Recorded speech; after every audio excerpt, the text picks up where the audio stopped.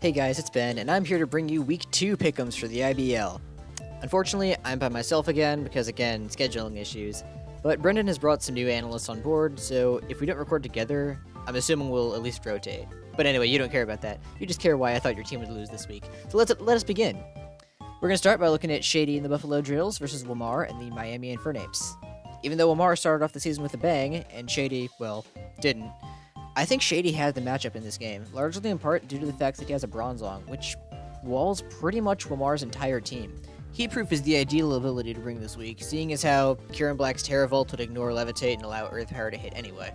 Heatproof would allow especially defensive Bronzong to live 2 Life Orb Moltres' Fire Blast after Leftovers recovery, and he could even bring something like Rock Slide or Rock Tomb, some sort of rock move to 1v1 it after Stealth Rock. Removing Levitate will allow Gligar to do about half with Earthquake, but who clicks a ground move in front of a Bronzong? If anything, he would just knock off to remove Leftovers, or maybe Defog to remove Hazards. He might set Rock himself, something like that. But he's probably not clicking Earthquake unless Heatproof has already been revealed. Other than that, not many Pokemon can break Bronzong. Cresselia can't, Sableye probably can unless it's like offensive. Mega Pidgeot totally gets walled by it. Magneton can't, Sceptile probably can't unless it's like Swords Dance physically offensive. Even so, that would take a lot from Gyro Ball. Heracross can do a number to a specially defensive set, but like, it's a fighting type in front of a psychic type. It ain't gonna 1v1 unless Shady doesn't bring a psychic move on it. If played correctly, I think Wmar would have a very hard time trying to break Bronzong. And that's not to mention the fact that Shady's Tyrantrum plows through the team if he can set up a little. Hit Smash blows back almost everything. Gligar can catch this Ice Fang to the face, and Magneton can never take an Earthquake unless Shady doesn't chip it down and never sets rocks and it has Sturdy. He also has options like Swellow, Typhlosion, Mega Beedrill, Zoroark, stuff that can really dent Wmar's team. Cresselia is going to have a lot of pressure on it since that's his best tank, and I just feel like with all that pressure, Shady has the game basically locked down.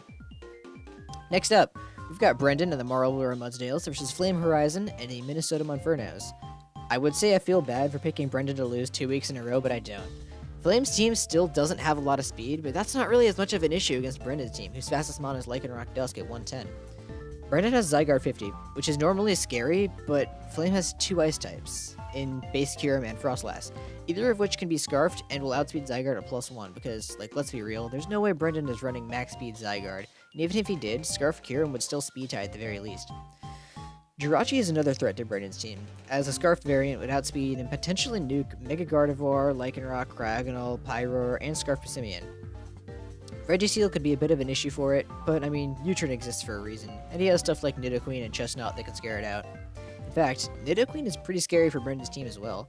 Vaporeon, Cryogonal, maybe Dusknoir, those are like the only things that can take a hit from it. Next matchup, we've got Caleb and the Kansas City Nidokings versus NoivernNation and the Las Vegas Galators.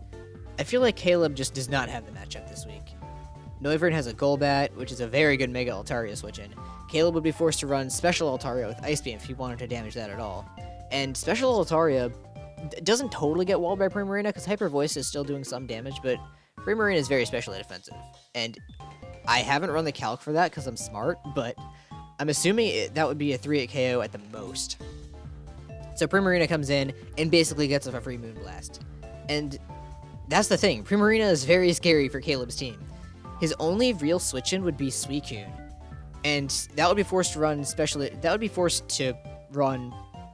defensive set. Which means that Infernape also has a field day. So Cofagrigus would probably have to take the role of Infernape switch-in, which sounds fine in theory, but I ran some calcs. Ideally, Caleb would train his Cofagrigus to get 2-hit KO'd by Flare Blitz. 3-hit KO'd. Good job, past self. By Flare Blitz and or Fire Blast from a Life Orb Infernape. We know that Noivern has to run a physical set with close combat to tear through Suicune, and it would have to be Life Orb at the very least. Assuming the Infernape is max attack naive, Caleb needs 104 physical defense investment with a boosting nature like Relaxed or Bold, and max HP to take 2 Flare Blitzes. That leaves 152 EVs left over, which, if invested into special defense, allow Cofagrigus to perfectly live 2 Fire Blasts from the Life Orb Infernape with 4 special attack investment. The EVs have to be super precise to make sure he can check both, and if he gets chipped down even a little bit, it's over, and his Infernape check is essentially gone. Furthermore, Caleb's Nidoking, which will usually wreak havoc on the opponent, is just like stopped by AV Hitmonchan. All in all, NoivernNation just has the matchup, and Caleb would need a miracle to pull this one through. Next up, we've got Turk, the Chicago Cubjuice, versus Ultra Player in the New York Metagross. I've said it before, I'll say it again, I love Turk's team, but like, after his game with Kurt, I saw that he didn't really play it super well. And the fewer Pokemon you had, the more holes you have. Case in point, Mega Venusaur. Sure, he has Metagross and Braviary, and it sounds like he should be fine, but Ultra just goes into Klefki every time. Turk doesn't have a Fire type. He doesn't have a Ground type. He can't break Mega Venusaur plus Klefki. Metagross with Earthquake is definitely his best bet, but that can be played around so easily, especially considering Klefki has access to moves like Magnet Rise, Reflect, stuff like that, both of which have priority. I just don't see how Turk can break through Ultra's team, and that's really all I have to say about the matchup. Next up, we have Ashley and the Houston Hardens versus Matt and the Montreal Melodics. Celesteela, man. Excadrill gets walled, Tyranitar basically gets walled, Tangrowth gets walled, Florges gets walled, Uxie gets walled. It's insane. If he can keep this thing healthy, Ash basically has the game in the bag. Of course, Matt does have answers to it, like he's got Blaziken, Porygon Z, and Mega Ampharos, but those aren't that hard to check. Slowking resists both of Blaziken stabs, and Ash can even run Culver Berry for a potential knockoff. Thunder Punch is another possibility, but considering Jolly Life Orb variants can barely do half on a max roll to physically defensive Slowking, knockoff would be Matt's better bet, and thus Culver Berry would be the better bring. For Porygon Z, Ash has Goodra, which is obviously weak to Ice Beam, but most of the time, that's a 4-hit KO to an AV set. Lastly, Mega Ampharos could be a bit tricky, but Ash definitely can play around it. He's got Crocodile to prevent Volt Switch spam, and he has Cradily, which is decent at taking hits. Obviously, Focus Blast terrifies it, but that's inconsistent.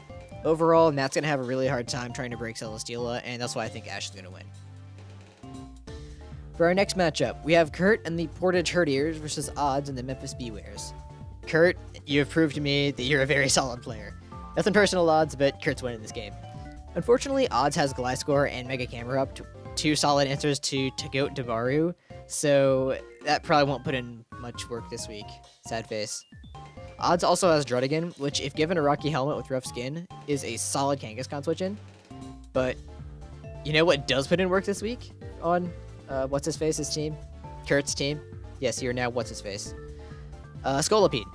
Megahorn nukes Musharna and Greninja, Aquatail nukes Mega Camerupt and does a number to Gliscor. Lucario and Raichu would not appreciate an Earthquake to the face, and while Poison Jab would kill like 7 Tapu Bulus, I don't think he should bring it because of Move Slot Syndrome. He just doesn't have the slot for that. He kind of has to run Protect, or maybe Swords Dance over one of the other moves. Aquatail would definitely be a good bring though in my mind, because Oz has the Mega Camerupt, he has the Gliscor. Okay, well Gliscor is the better switch in to Scolipede, so he kind of has to run Aquatail for that alone.